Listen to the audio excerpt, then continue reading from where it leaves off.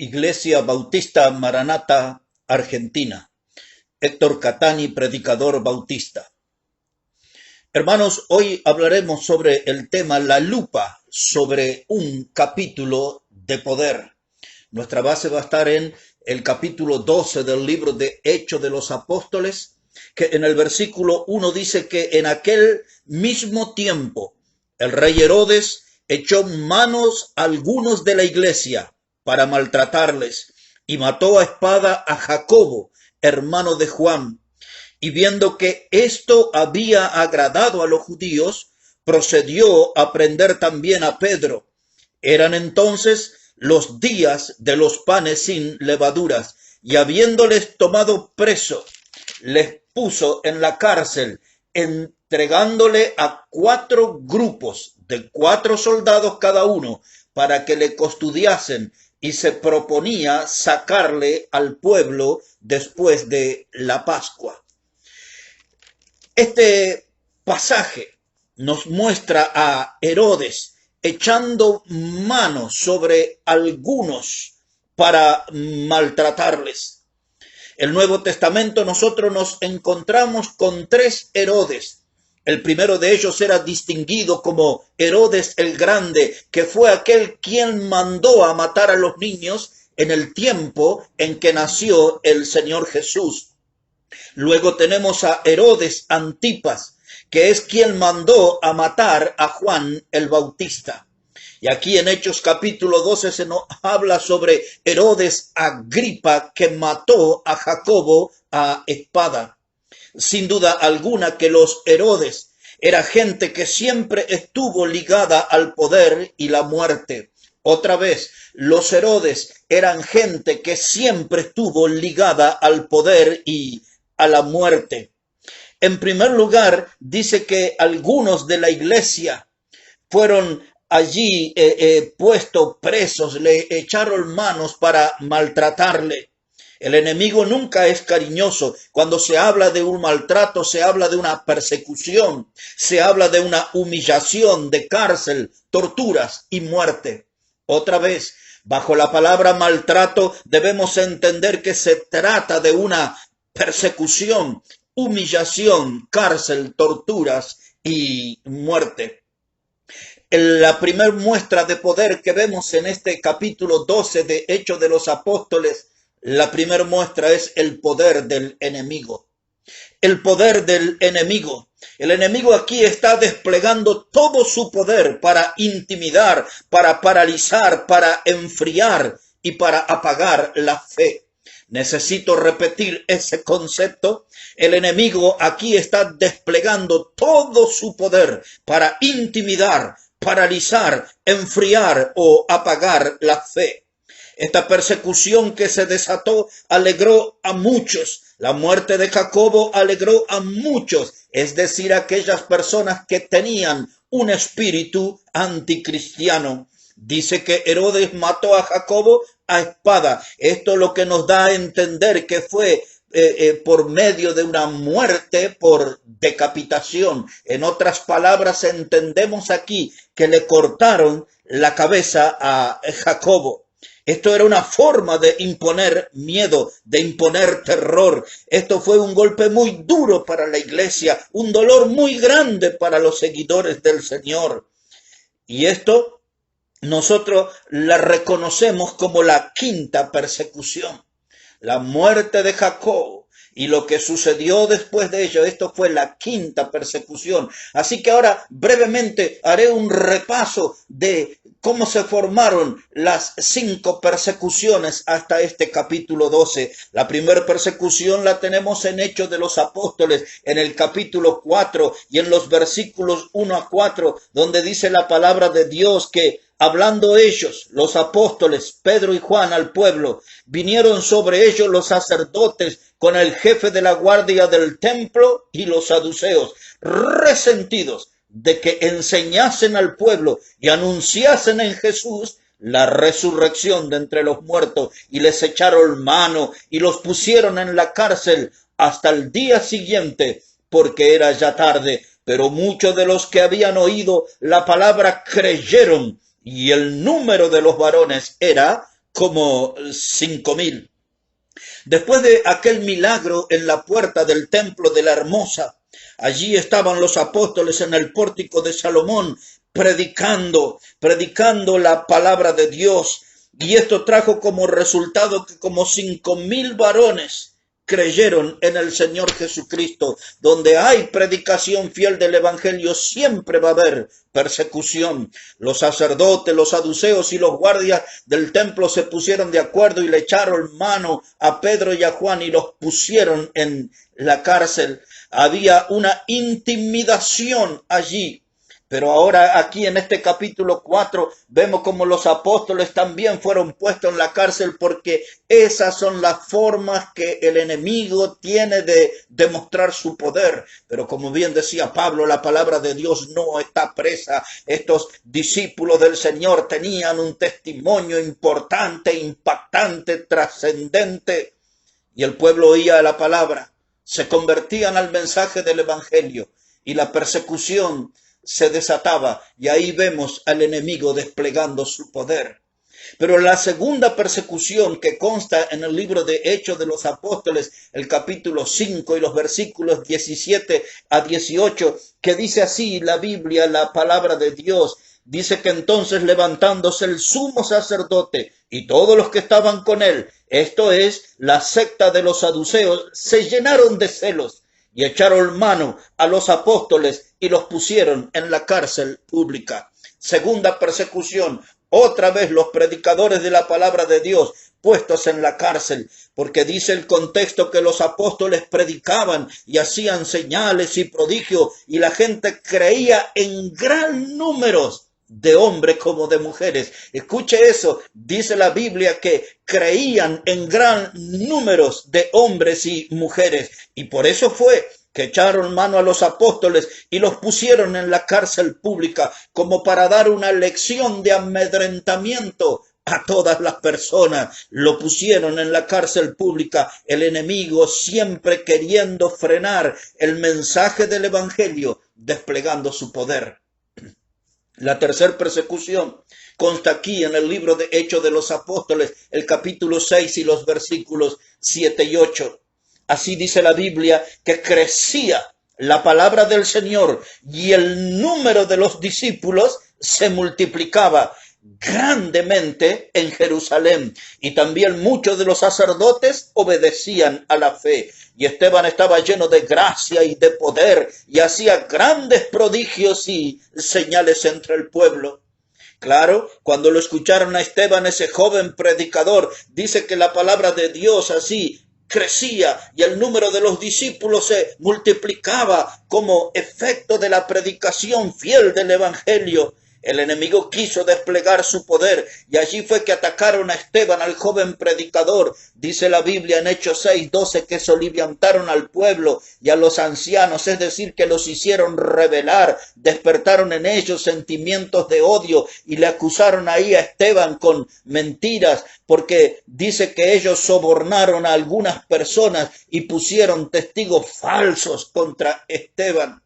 Pero cuando le miraron a ese joven predicador, dice la Biblia, ahí en Hechos 6 y el versículo 12, que él tenía el rostro como de un ángel, un hombre lleno de fe. Era Esteban un hombre lleno del Espíritu Santo. Y ahora le llevaron allí afuera de la ciudad y le apedrearon, lo sepultaron bajo piedra. Pero dice la palabra de Dios que esta era parte de la tercera persecución y abrió la puerta a la cuarta persecución, que está aquí en el libro de Hechos de los Apóstoles, el capítulo 8, versículos 1 a 4. Dice que Saulo consentía en su muerte, es decir, en la muerte de Esteban, el joven predicador. Y en aquel día hubo una gran persecución contra la iglesia que estaba en Jerusalén. Todos fueron esparcidos por las tierras de Judea y de Samaria, salvo los apóstoles. Versículo 3 dice, y Saulo asolaba la iglesia y entrando casa por casa arrastraba a hombres y mujeres y los entregaba en la cárcel. Aquí está el enemigo desplegando su poder. Y ahora Saulo, quien luego se transformaría en el apóstol Pablo, en esa época él era un perseguidor de la iglesia y él era un hombre que no tenía ninguna clase de clemencia por los seguidores del Señor. Él arrastraba a hombres y mujeres, los sacaba de la casa y los metía en la cárcel. Y ahí vemos, cuando hay resultados, cuando hay salvación de alma, cuando hay predicación fiel del evangelio, el enemigo va a desplegar su poder. Vemos en esta parte del capítulo 12 de Hechos de los Apóstoles al enemigo desplegando todo su poder. Y aquí entramos en la quinta persecución, que es la que hemos leído al comienzo en el capítulo 12, versículos 1 a 4, donde nos cuenta que Herodes echó mano a algunos de la iglesia para maltratarles. Pero nada puede frenar al predicador fiel. Nada puede frenar a la predicación fiel del evangelio y a sus grandes resultados, por más que el enemigo despliegue su poder. Cuando ponemos la lupa en este capítulo 12 de Hechos de los Apóstoles, lo primero que la lupa nos revela es el poder del enemigo, el poder del adversario. En segundo lugar, este capítulo 12 de Hechos nos enseña acerca del poder de la oración. El poder de la oración. Una mirada, por favor, aquí en Hechos 12, versículos 5 a 8. Dice ahí la palabra de Dios: así que Pedro estaba custodiado en la cárcel, pero la iglesia hacía sin cesar oración a Dios por él.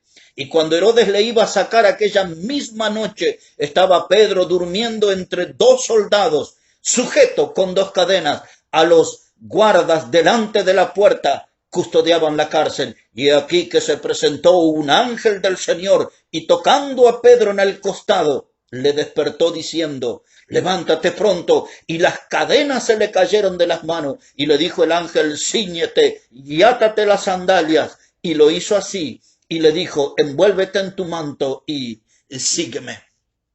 El poder de la oración. Pedro estaba aquí en la cárcel. Dice la Biblia aquí en Hechos 12 y en el versículo 4 que había aquí 4 grupos de soldados. De 4, es decir, 16 soldados en total estaban cuidando a Pedro, pero 2 de ellos estaban encadenados a Pedro mientras éste dormía en medio de ellos. Pero aquí lo impactante que dice que la iglesia hacía oración sin cesar por él. Qué cosa maravillosa, la iglesia orando fervorosamente por el varón de Dios que estaba en prisión. El hombre de Dios estaba preso, estaba encadenado, estaba sin libertad y la muerte le estaba pisando los talones a Pedro. Los enemigos en la sombra estaban planeando lo peor para el predicador, pero la iglesia oraba sin cesar. Si usted da una mirada aquí en Hechos de los Apóstoles 12, pero en el versículo 12 dice la palabra que habiendo considerado esto, llegó a casa de María, la madre de Juan, el que tenía por sobrenombre Marcos, donde muchos estaban reunidos orando. Cuando Pedro obtuvo la libertad, se acercó allí a la casa de la mamá de Marcos y dice: muchos estaban allí orando.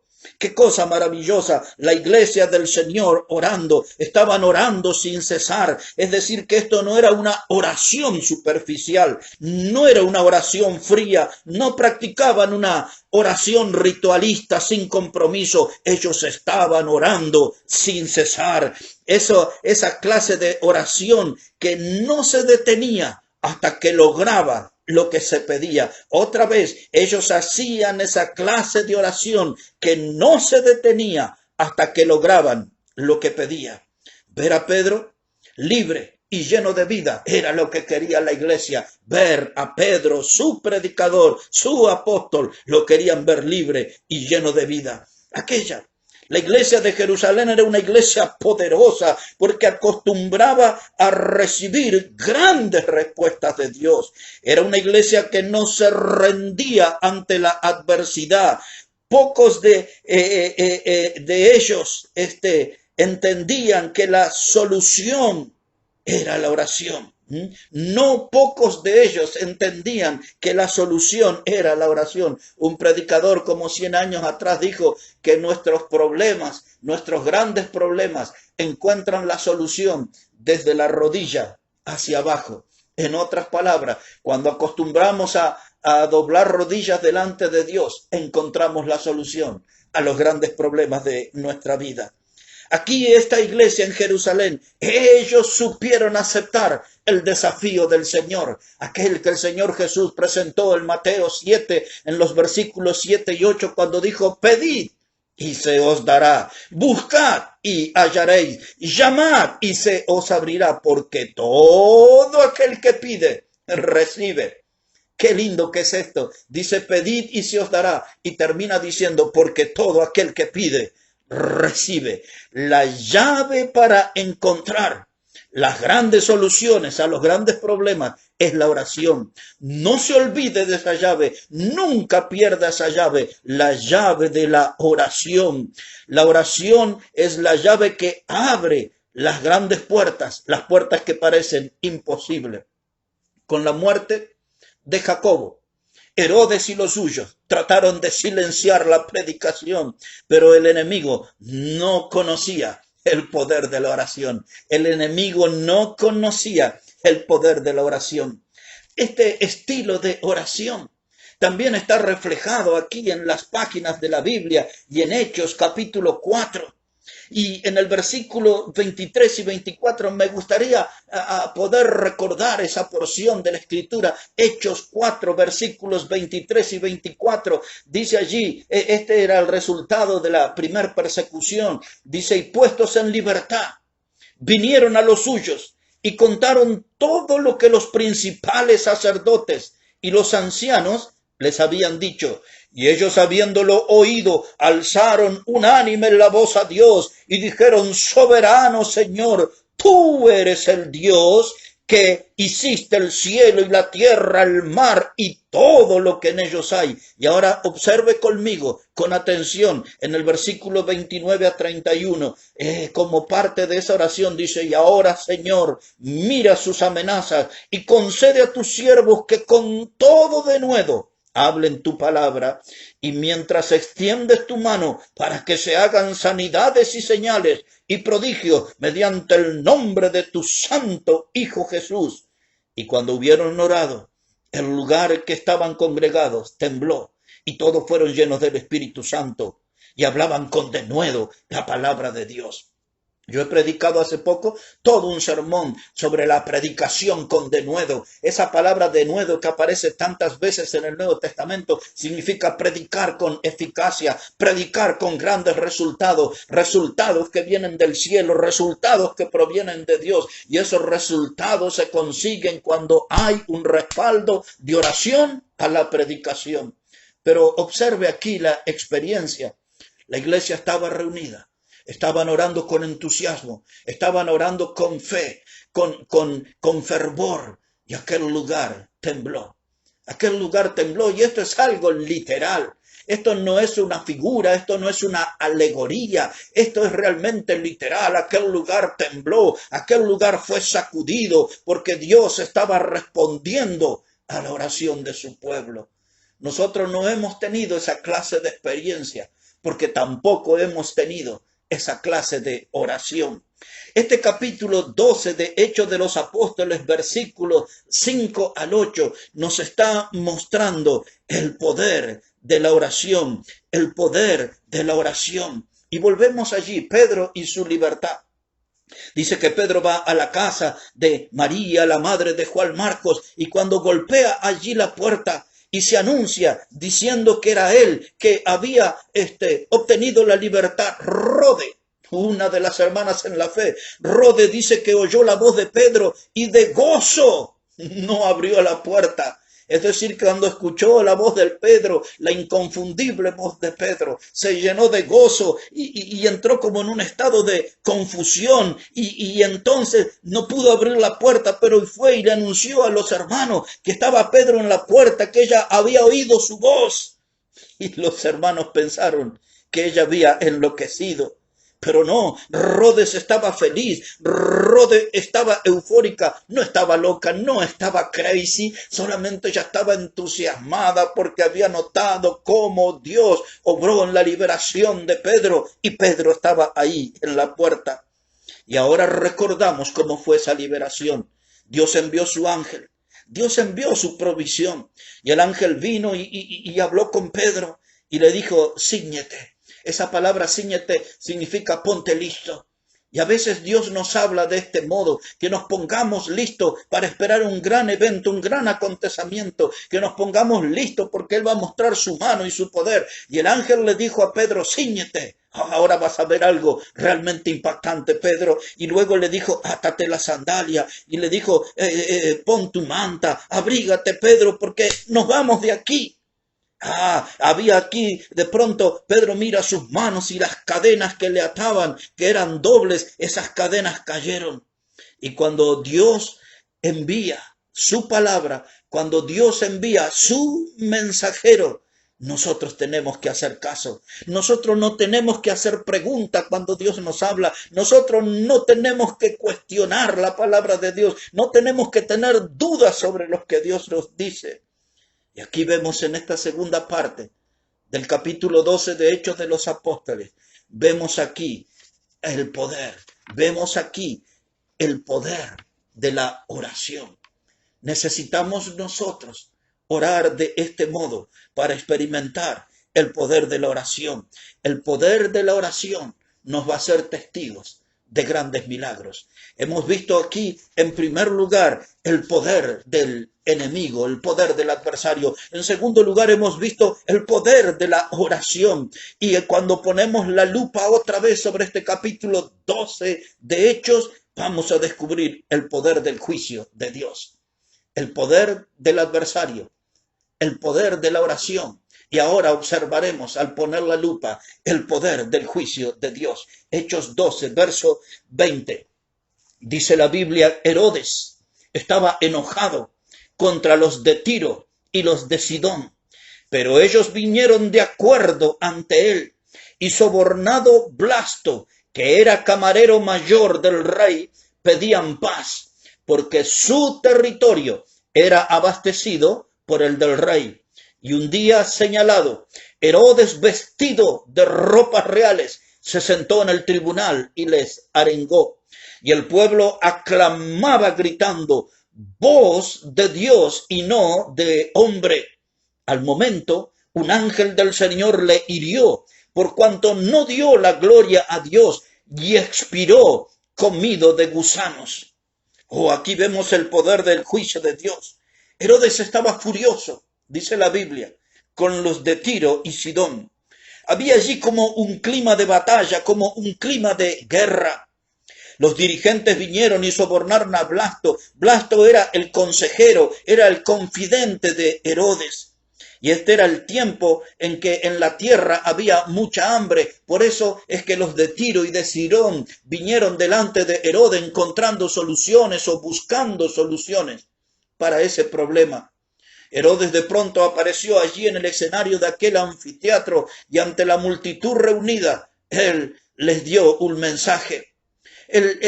Aquí tenemos que ver al historiador judío, el más reconocido y respetado, que se llamó Flavio Josefo. Flavio Josefo dice que Herodes apareció en su libro que se llama Las Guerras Judías. Flavio Josefo dice que aquel día Herodes apareció con una vestimenta toda adornada en plata y que tenía costuras, los hilos de esas vestimentas eran de plata y que cuando el sol venía sobre esa vestimenta, realmente aquello producía un gran resplandor. Pero Herodes se largó a dar el discurso y la gente allí eufórica estaba gritando que estaban escuchando la voz de Dios. Ahí había un dicho que Josefo registra en palabras muy similares a esta, como que la gente le estaba diciendo, Herodes, antes nosotros te reconocíamos como un hombre, pero ahora te reconocemos como Dios. Estoy aquí parafraseando lo que dice el libro de Flavio Josefo, pero eso era lo que estaban diciendo la multitud. Herodes, antes te reconocíamos como un hombre, pero ahora te estamos reconociendo como Dios.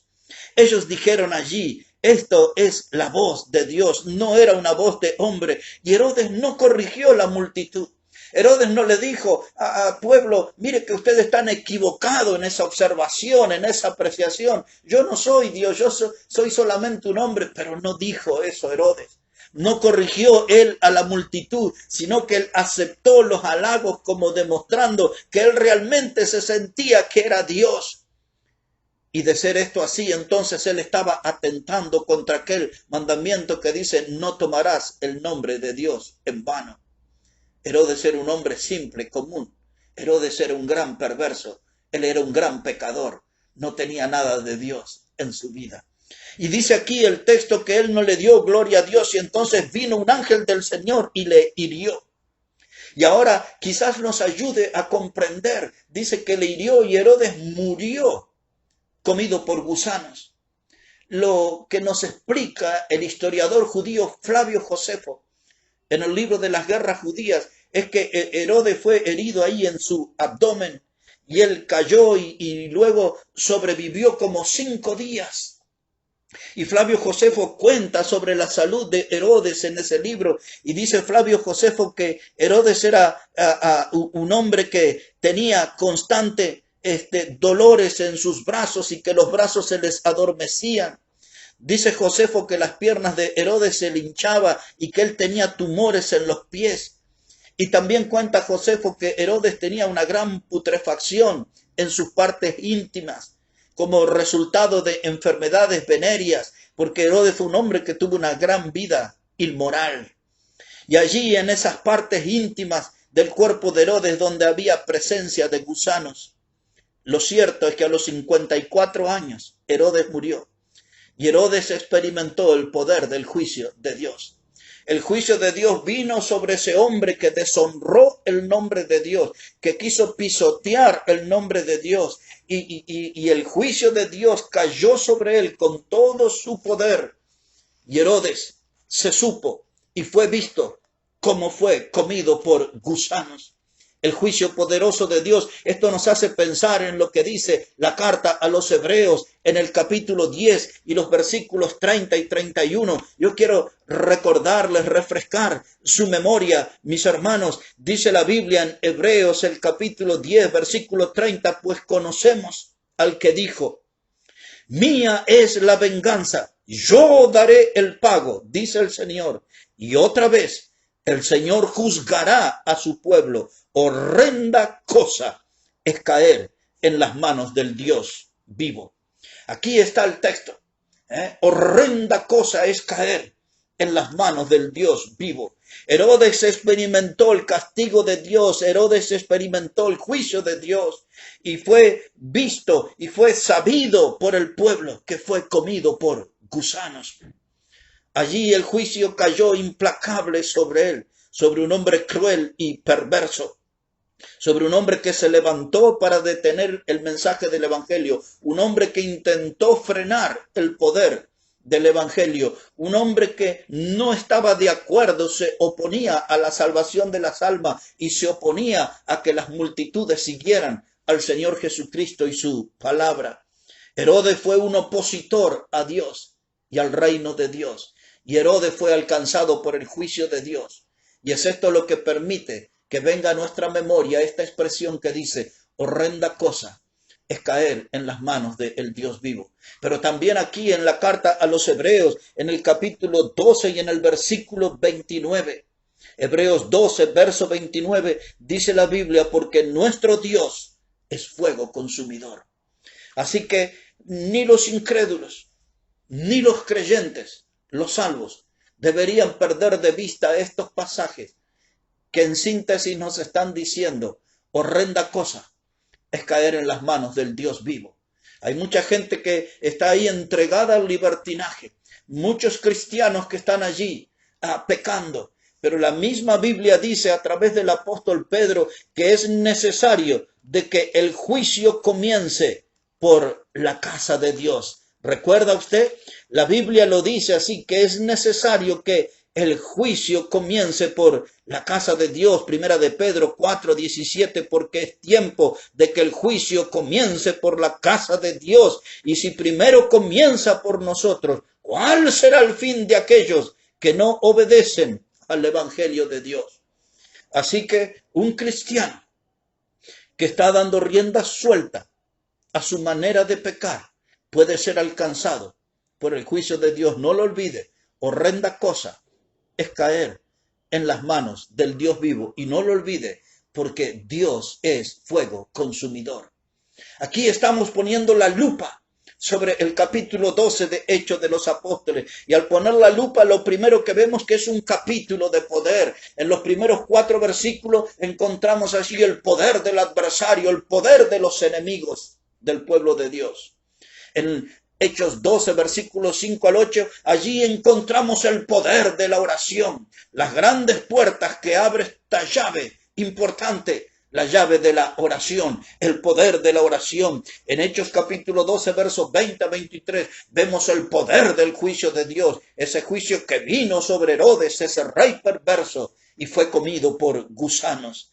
Y para terminar en este capítulo de poder, ponemos la lupa otra vez más sobre este capítulo 12 y vamos a descubrir el poder de la palabra de Dios. El poder de la palabra de Dios. Observe conmigo aquí, por favor, Hechos 12, versículo 24. Dice la palabra de Dios, Hechos 12, verso 24, pero la palabra del Señor crecía y se multiplicaba. La palabra del Señor crecía y se multiplicaba, porque esa palabra iba buscando almas perdidas, esa palabra iba buscando corazones malheridos por el pecado, maltratados por el diablo, y esa palabra entraba allí como el agua fresca en el alma sedienta. La palabra viva, la palabra de Dios, nos permite recordar aquella prédica de Pedro y los 11 en la fiesta de Pentecostés, y al predicar esa palabra, el resultado lo vemos en el verso 37. Hechos 2, verso 37, dice que la multitud, al oír esto, se compungieron de corazón y dijeron a Pedro y a los otros: varones hermanos, ¿qué haremos? Y Pedro les dijo: arrepentíos y bautícese cada uno de vosotros en el nombre de Jesucristo para perdón de los pecados, y recibiréis el don del Espíritu Santo. Dice que esa multitud escuchó la predicación de la palabra de Dios, la predicación del Evangelio, y sus corazones fueron compungidos. Esa palabra compungido implica que fueron traspasados por el poder de la palabra de Dios. Y allí, conmovidos por ese mensaje del Evangelio, ellos encontraron el camino para su salvación, y eran que tenían que arrepentirse de sus pecados y después dar el paso de bautismo. Arrepentimiento es lo que produce el mensaje fiel de la palabra de Dios. El arrepentimiento es el primer paso para una vida nueva. El arrepentimiento es el primer paso para acercarme a Dios. El arrepentimiento es lo que demuestra que yo estoy decidido a abandonar mi vieja vida, mi vida pecaminosa, y comienzo a vivir una vida nueva con Cristo. El poder de la palabra de Dios traspasa mi corazón. El poder de la palabra de Dios compunge mi corazón. El poder de la palabra de Dios me hace la demostración que es necesario, que mi vida tiene que cambiar, dejar el pecado y seguir al Señor, dejar al mundo y tomar la cruz y seguir a Jesucristo cada día.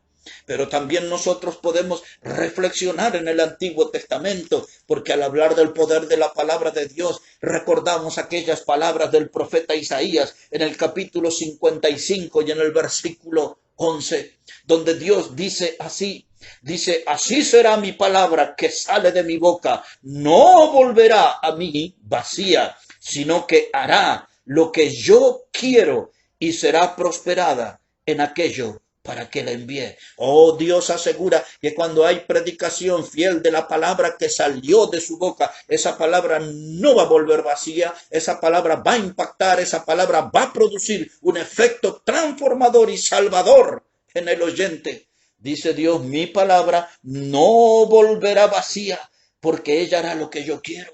es decir, una obra de arrepentimiento, una obra de salvación. Esa palabra expresa la misericordia de Dios, esa palabra conlleva el perdón de Dios y la salvación de Dios, y dice que esa palabra será prosperada para aquellos que la envíe. Y Dios envía su palabra, y esa palabra es enviada para que el hombre sea salvo. Esto me permite recordar el Evangelio de Juan, el capítulo 3 y el versículo 17, donde el Señor Jesucristo dijo que Dios no envió a su Hijo a condenar al mundo, sino para que el mundo sea salvo por él. Hoy vino el Señor Jesucristo y predicó el Evangelio y predicó la palabra de Dios. Él no vino para condenar al mundo, Él vino para que el mundo sea salvo por Él. Y aquí lo vemos en este libro de los Hechos. Dice que el número de los discípulos aumentaba. Dice que el número de los discípulos crecía. Dice que el número de los discípulos se multiplicaban. Y así creían hombres y mujeres en el mensaje del Evangelio. El poder de la palabra de Dios. Hechos capítulo 12 nos revela a nosotros el poder de la palabra de Dios. Y pensando en Jeremías, Jeremías también hablaba del poder de la palabra de Dios cuando en el capítulo 23 y el verso 29 dijo Jeremías, no es mi palabra como fuego, dice Jehová, y como martillo que quebranta la piedra. Oh, esa palabra de Dios, una palabra viva, una palabra activa. Una palabra que trabaja y trabaja y trabaja y trabaja como un pequeño martillo golpeando una gran roca. Y al final esa palabra quebranta el corazón más duro. Quebranta el corazón más duro, más resistente. El poder de la palabra de Dios. Hechos de los Apóstoles, el capítulo 12, es un capítulo de poder. Cuando ponemos la lupa sobre este capítulo 12, en los primeros 4 versículos, vemos el poder del adversario, el poder desplegado por el enemigo. Hechos 12, versículos 5 al 8. Allí vemos el poder de la oración, esa llave importante e impactante que abre la puerta de los imposibles, el poder de la oración. En Hechos capítulo 12, versos 20 al 23, vemos el poder del juicio de Dios.